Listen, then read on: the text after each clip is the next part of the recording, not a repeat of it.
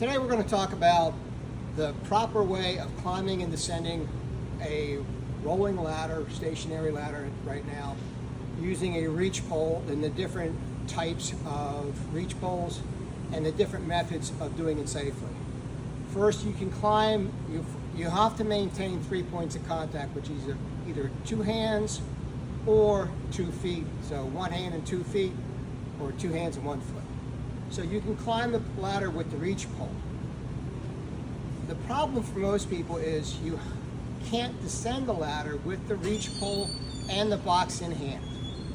So we're going to talk about the proper way of descending the ladder once you get your box.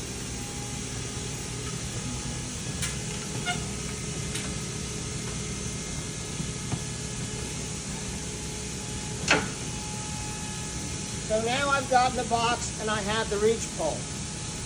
Now, what they say is to lay the reach pole on the top step so you have a free hand to descend the ladder. The problem is, for most people, it's extremely uncomfortable trying to squat down and leave this reach pole on this top step. So there, I left it down. Now I have the free hand and I can descend the ladder. Hopefully the reach pole doesn't come off while I'm descending the ladder. That's one way of doing it. So there are other methods of doing this which I think are much safer. One is to have a holster in your reach pole. Now, in order to be effective, your reach pole needs to be collapsible so that it can fit in your holster and not interfere with your climb and descent, and also expandable so when you get to the top of the ladder you have a reasonable reach to pull items off. So I will demonstrate this now. So I'll put this back. Some people call it a holster, some people say a tool belt, but it's not practical to use a standard reach pole and a holster or tool belt because it's so long. You can see it can interfere and possibly trip you as you come up and down the ladder. So the standard reach pole is not a reasonable alternative. The collapsible reach pole in the tool belt or holster is, and I will demonstrate climbing the ladder. Now that I'm up here, I can take out my reach pole, I can expand it, lock it in place, and now I can grab my package. Before I come down, descend, I will collapse my reach pole.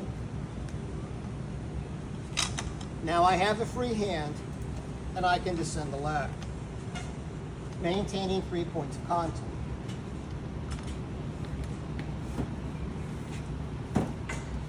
The last method, which I think is probably the safest method, is to have a reach pole already at the top of your ladder so you don't have to get it out of your tool belt.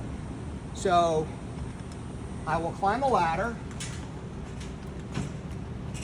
and here you see a reach pole already stationed at the top of the ladder. So now I can use this reach pole, reach in, grab a box, put the reach pole back in the holder. Now I can descend the ladder. This is also a little quicker than the other methods. And remember, maintaining 3 points of contact on the ladder as you come down.